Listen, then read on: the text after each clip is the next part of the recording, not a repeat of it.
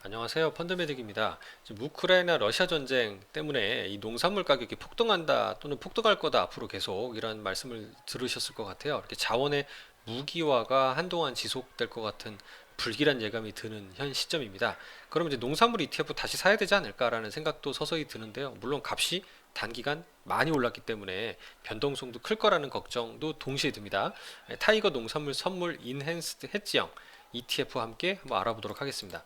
자원의 무기화 그리고 원자재 슈퍼사이클이란 얘기는요. 미래에셋 자산운용에서 잘 정리해준 이 차트를 보니까 굉장히 심각하게 나타나는 걸 볼 수 있어요.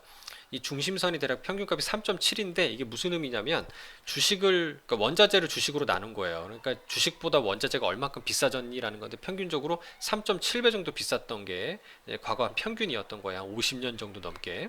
그런데 과거 석유 대란이라든가 걸프 전쟁이 있을 때, 그다음 글로벌 금융위기 당시 같은 경우는 무려 8배가 넘을 정도의 큰 폭등. 이거는 비단 뭐 원자재 가격이 상승해서 그럴 수도 있지만 분모에는 주가가 떨어져서 그럴 수도 있겠죠. 어쨌든 3.7 대비 굉장히 높은 수준까지 올라갔던 건 분명한 것 같아요. 근데 지금 현재 보시면 3월 말 기준으로 봤을 때 한 배가 안 되는 0.82 수준에 불과하니까 요게 사실 단기간에 굉장히 많이 올랐음에도 불구하고 앞으로 이 평균값만 가더라도 엄청나게 상승하지는 않을까라는 그런 걱정이 들 수 있고, 반대로 이 걱정을 투자 기회로 살려볼 수 있지 않을까라는 기대감도 다시금 가져볼 수 있을 것 같습니다. 전 너무 좀 빨리 팔고 나왔나라는 그런 안타까움도 가지고 있어서 오늘 좀 영상을 다시 찍게 됐고요. KB증권에서 정리한 리포트를 보면 한 세 가지 정도의 문제로 인해서 앞으로 특히 이 농산물 가격이 상승하지 않을까라고 전망하고 있습니다. 첫 번째는 작황의 문제인데요.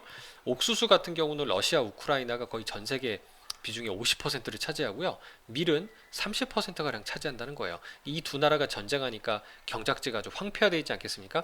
적어도 지금 한가롭게 농사질 상황이 더 아닌 거죠. 그러면 공급이 그만큼 문제가 생긴다라는 게 첫 번째 문제입니다. 두 번째는 전쟁이 일어나기 전부터 이 곡물을 재배하기 위한 비료 가격이 이미 급등하고 있었다. 그러니까 작물의 생산 단가 자체가 상승하기 때문에 그 상승한 생산 단가를 이제 나중에 수확했을 때의 가격에 전가할 수밖에 없죠. 그래서 이런 부분들이 되게 무력감을 준다라는 거고요. 세 번째는 수출 제한이다. 모든 원자재들이 그렇지만 가격이 급등하거나 수급이 이렇게 불안정해지게 되면 해당 국가에서 수출 제한 조치를 가하기도 한다는 거예요. 최근에 인도네시아가 팜유의 수출을 중단하거나 뭐 이런 등등이 자주 빈번하게 나타나기 때문에 이런 세 가지 정도로 판단해 봤을 때 자원의 무기화가 앞으로 좀 트렌드가 되지 않을까. 물론 인도네시아의 경우에는 이거를 활용해서 이제 자국에 조금 더 고부가 가치의 생산 기지를 건설하도록 독려하려는 그런 차원이라고는 하지만 어쨌든 자원의 무기화가 맞는 거죠. 그래서 원자재 슈퍼사이클이 오지 않을까라는 자꾸 불길한 생각도 듭니다. 미래에셋 자산운용에서 제가 예전에 방송에서 언급했던 코덱스 3대 농산물, 타이거, 농산물 선물 이네스들을 그냥 비교를 해본 거예요.